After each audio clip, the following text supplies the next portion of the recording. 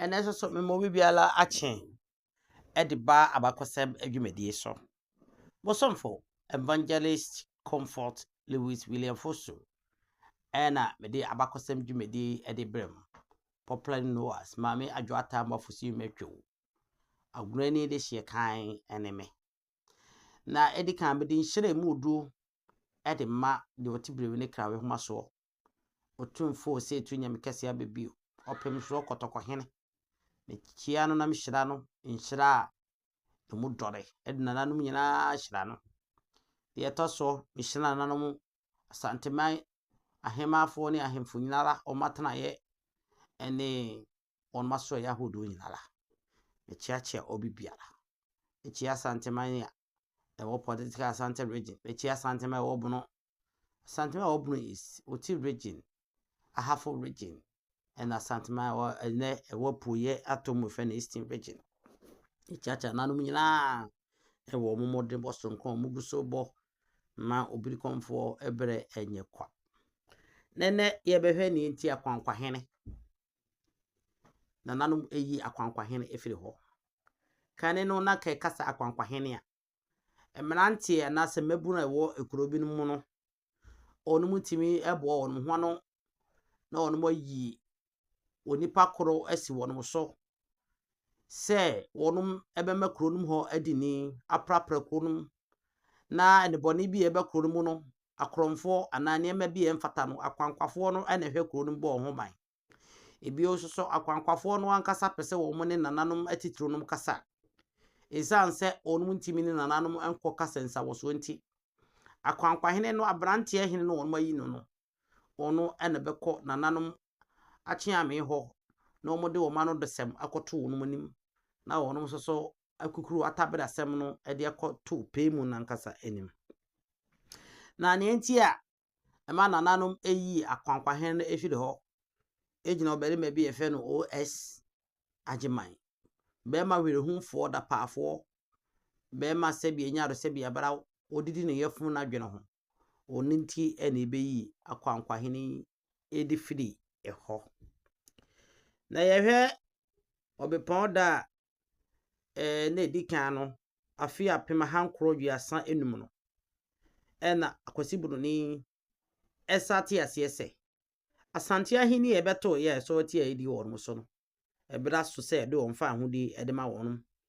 eni nti wo sa de asante efa ahudi ede ma wonum abra wonum di asante so efiri afi apem ahankro emienu no enti eba saa no asante nkabomu no na hini no sa be CPC ta na ebra ye fe no ogesimu no onu mo de nsema hodo etotototo asante hene so otututu nkrofo dodo ye asante hene wo sa agima prempe wotosomi no wei ena ebe ekoba ye kofa ntwahia hodo bebre ni kasa wasa ne eyadie ne nkontwia hodo bebre ye de bai ebra na ye kwakọ wie September 1936 nim na ba saa no ema nipadom no anyina ne mpanifo nyina ehunu se onipa bi ene o hyekyere na saa onipa no a o hyekyere wonum hu no so ono na eye saa niema no ene saa kodu no ne saa ntawantawa ne sodetia no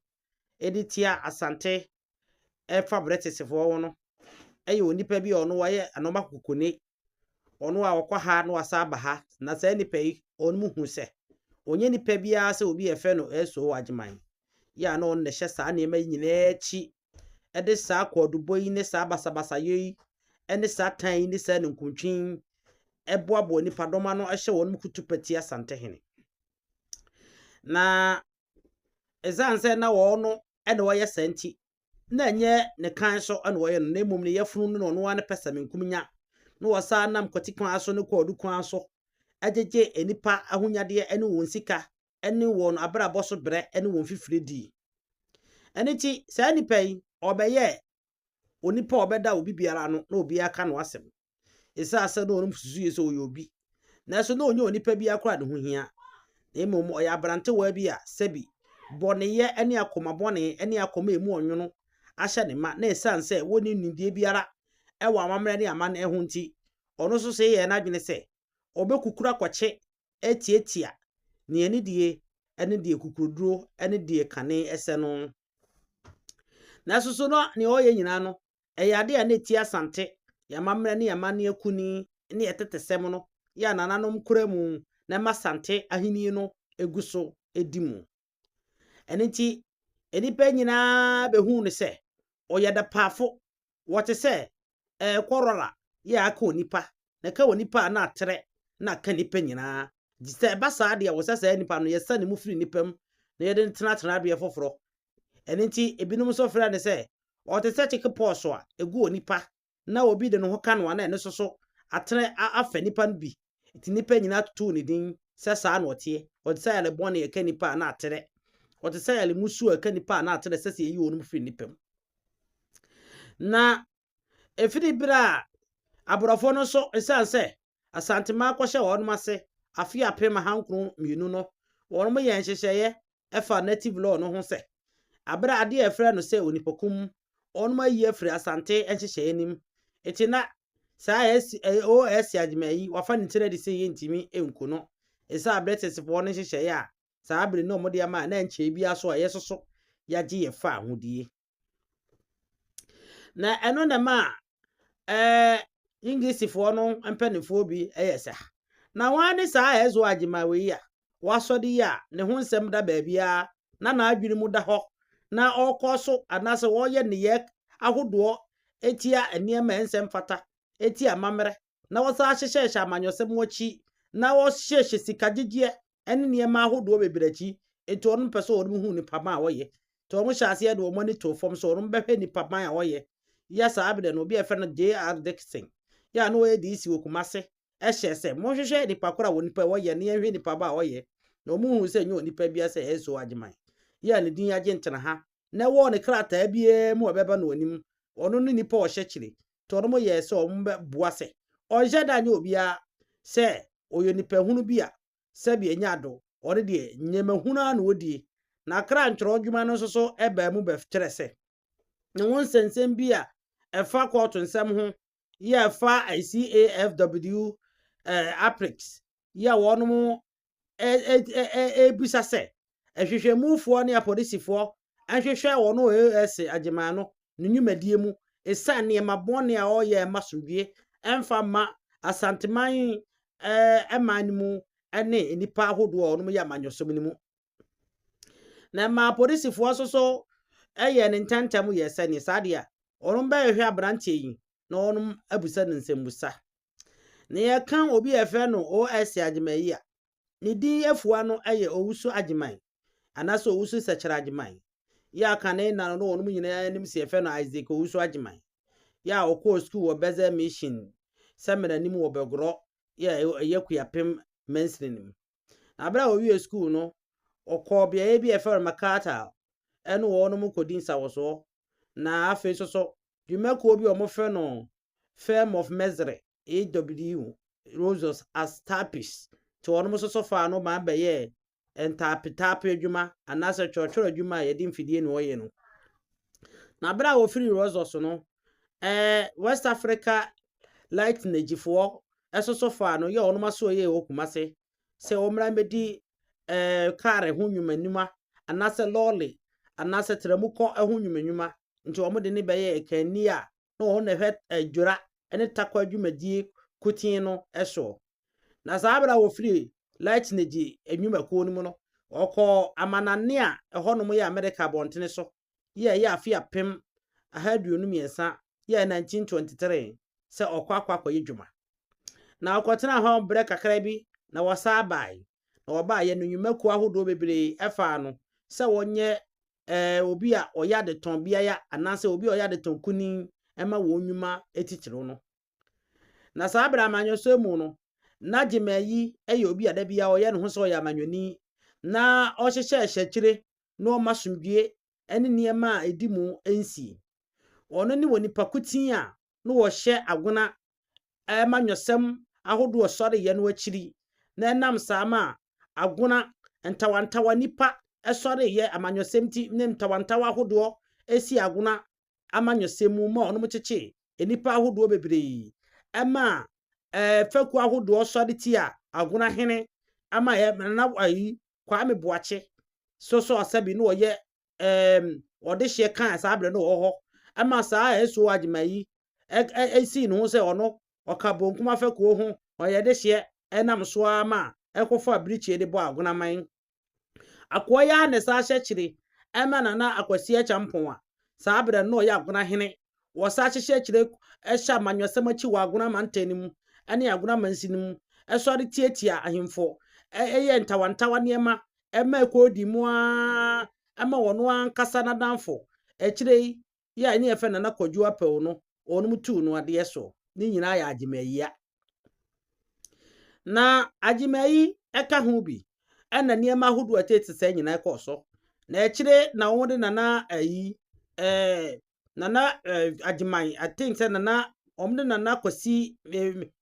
nana kwadwu apew no omde ne ebesi ade a ono nam so mo onum tu no edi ho no omu obia omu panyin biara onfa panyin biara anya hwe chese wo hyehyɛ agona nsensem no chi ena bibia ono na wode ne ho ewurawura mu man basa yo ene ne yema mfata ekwa agona ema ne so kope mi se mojaka guo ahodo siye eme binum dwane besene kokko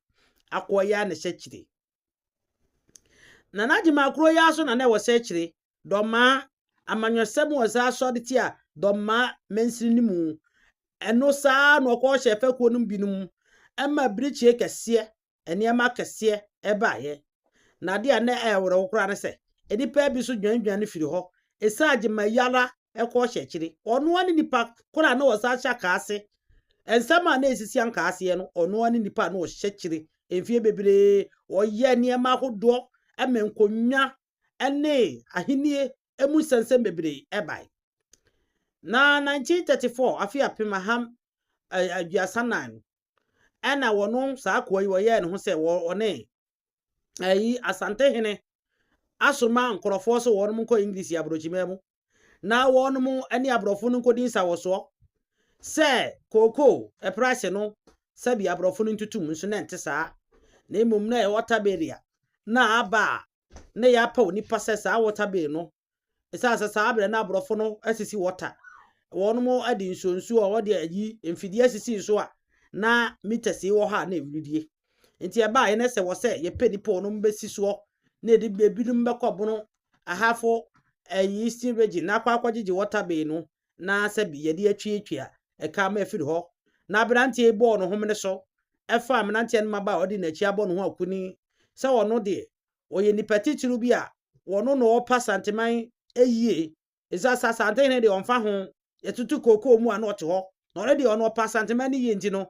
yeyi no se wo mra na wono medin sawoso na wono mo mpagya wono mo ko English abrochimemu na wono ni English fo enkodi koko ano na wono mtoto okuafo esikamu eti wono na yi wono si wo so mbe sa de ma no na wasa abo santen ko du sa santen ne waye no ho se nya no asem na wesu nti akwai echinchira santeman mu nyina jejeje nkrofo sika no wono makorade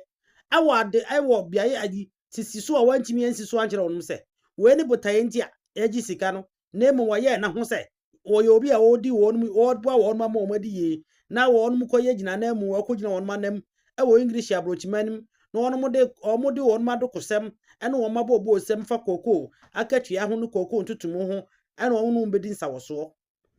na asam no baaye no eti asami baaye no asante hene ten enyamrade ene mambofo semu a akwa efe na agemayi wabọ no ho safohene na wonam saa akwankwan hene mranche ene maba waso ne hyehyɛ shamanwosemu de ade efe no basa yo ene ensi suo ekoso asanteman mu enti masante hene ene asanteman nyina ahyiae esese opese wono mo de saa abrante ebewie no anim wono ko fa abrante de ne bewie asante hene na asante so san ma prempa bu afu ye papa na ne bu afu akonya no saa bre no nye mra na ye native ro se yenkum ni pa bi ma ko twa ne titu bedwan mu a na so wo hye ne se wontwie odwampo etwa dwie nsia na afi so won pacho na agwai enam na pa obonti oye ni nyina ena wo pacho no na ansa na aborofo no ono mo de asante efa ahudi ebema won mo no na saa abere mu no wayɛ ne ho sɛ wɔyɛ obiara bi a wakɔka nkurɔfokuo bi yɛfrɛ wɔn Friends of Asante Freedom Society yɛ asa nkurɔfoɔ yi wɔn nso so nam ekurokuro ahodoɔ mu nam fakuo ahodoɔ mu ɛyɛ nneɛma ɛmfata tia fakuo ahodoɔ no ne ahemfo ahodoɔ no na wɔn mo na kyerɛ sɛ nneɛma bi ɛkɔ kɔsoɔ yɛ nneɛma bi ahemfo no bi mu yɛ asɛ bi wɔn deɛ ka wɔn nkene sɛ kamanyɔsɛm ɛna sɛsɛ wɔn pɛ di akɔten na saa nneɛma wɔ nim nyinaa bra sante nyan fa ahodie di firi British fo no ho no wɔn yɛ wɔn adwe sɛ nneɛma ɛkɔ soɔ nam saa amenante mmaba wɔ so amanyɔsɛm ahodoɔ ɛnɛ yɛhunu sɛ ahemfo binom ɛhyehyɛ kyire na ɛde nneɛma ɛfɛ no basabasayɛ asa asɔre ati asante nim no wɔn bɛyɛ na saa nneɛma wɔ nim nyinaa atu aseɛ firi hɔ na kasa ne nyɛmu no saa akɔ ɛfɛ na agyemaa yi ɔno nso so nyame anim na kura nim wɔyɛ nipa mambɔfoɔ papaapa nti ɔno de no ho kɔbɔ obi ɛfɛ no kofi nsia ɛne nkurɔfoɔ aka ɛna nneɛma yɛn nsɛm fata nneɛma amamra ne amanneɛ asanteman yɛ 77 amamra kuni ne mmara kuni no mma ho kwan no ɛna saa nkurɔfoɔ yi wɔn mo yɛ de bɔ man ɛde bɔ nkurɔfokuo ne abusua ahodoɔ hwete ɛde ayi nneɛma yɛn nsɛm fata ɛto abusua nim na ɛma abusua nim wɔyɛ sakasakasaka na no ɛna ma krataa kuni bi ekopie Kumasi division ni mu sɛ ɛsɛ sɛ saa nkurɔfoɔ yi etwa wɔn asukura na wɔn mu ntimi ɛma ɔman ne mu biem na saa nneɛma wɔn mu nyinaa kɔ so yɛso agyeman yɛ na ne bi ato sɛ wɔ obi ano no saa abere no asanteman ɛhyɛ sɛ ɛsa no ho nsɛm ato sɛ de nneɛma wɔyɛ ɔkrɔmfoɔ ɛyɛ mambɔfoɔ ɛyɛ obi a otimi ɛhyehyɛ ɛfa amanyɔsɛm so ɛde basabasayɔ ɛba mmeranteɛ ne maba ɛmu hyɛ wɔn kutupa ɛmo wɔn mu timi yɛ dɔm ɛyɛ nneɛma ɛnsɛm fata nti wɔn bɛyɛ sɛ ɔbrepɔ da ɛyɛ afi apem ahamiensa ɛyɛ afi apem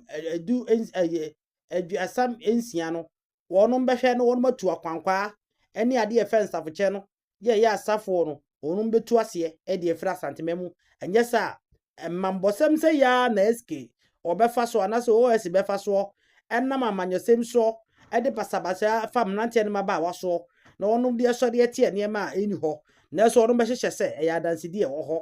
ɛne nti ɛmɛnana no tena ase hunu sɛ OS ɛne nam saa amanyɔsɛm sikadegyeɛ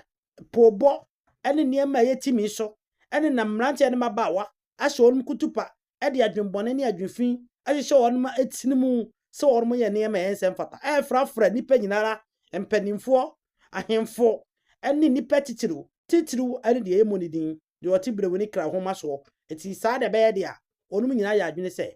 ɛyɛ akwankwahene ɛne asafokyɛ no ɔnum bɛtu aseɛ esan sɛ ɔnum nhyɛ da no ma adwuma titiri bia na mmom saa nneɛma wɔ nyinaa sisi sɛ yɛde bɛbɔ ɔman no ahodidie ɔman no nkɔsoɔ na biribi kɔ so na ɔhene kura ne mu a yafa kiame so abɛyi ɔhene asotire na sɛ wɔn bɛnam saa kwankwa adwuma no so ne sɔfokyɛ adwuma no so ayɛ saa nneɛma no basabasayɛ ahyehyɛ kyire ama nneɛma nsɛm fata akɔ so asanteman no mu nyinaa deɛ na ka wɔn botaeɛ a wɔn hyɛ aseɛ sɛ wɔn bɛdi no ɛnyɛ saa botaeɛ no ɛne saa deɛ wɔn bɛyi saa nneɛma no to aseɛ ɛde afiri hɔ ɛno ɛna ma wɔn mu ɛyɛ adwene etu akwankwahene ɛne safokyɛ ase di firi asanteman mu ama ɛnɛ ukokoro bi aso a na kakane no akwankwahene ne safokyɛ no wɔn de dwuma asoronko ahodidie bambɔ sɛ wudi ni bi ba krom kromfo bi ba krom anase nneɛma ɛsɛ ne fata na wɔn die ebi ososo sɛ bibi tosema na bibi kyia na sɛ na wɔhene nimu a wɔn nam wɔn ma akyi ame so na akwakoyi wɔhene kro wɔ kro no mu asotire eti na ka kwankwa adwuma no ɛyɛ na soso esan OS agyeman ya yɛfrɛ no owusu sɛkyerɛ agyeman ne ma mmɔfo sɛm ne pini sɛm ne timi sɛm ne na wudi sɛm ne na wura won sɛm ne nneɛma nsɛm fata ne nneɛma yɛ wudi sɛm wɔ ɔno na dwirim yɛ ɔsɔre di ti azanteman ɛde basabasa yakɔ agona basabasa yakɔ akase basabasa yakɔ ɔdɔma ama manyɔsɛm to ato sɛ mebedi di mu a ma asɔre tia ɛbɛbɔ wura mu a mɛnɛ ɛda so epim hɔ wɔ saa dɔma bɛɛ hɔ ɛna nkase no so saa na agona no so saa no ɛkyerɛ sɛ onipa bɔnfoɔ werɛhofoɔ a ne dinte ne baabi ama polisifoɔ hwehwɛmufoɔ nyinaa yɛ sɛ wɔyɛ mambɔfo ntie bɛkye no ɛnyɛ sa wɔde basabasayɔ ebeba wo manim eti we ni niema enam ho ema wonum yi ade efe no akwankwa ahene ene asafoche edifiri ho manuasi bedamase ebisi bedamase akonto midiane bosomfo evangelist comfort Louisa Fosu midin kunini midin kote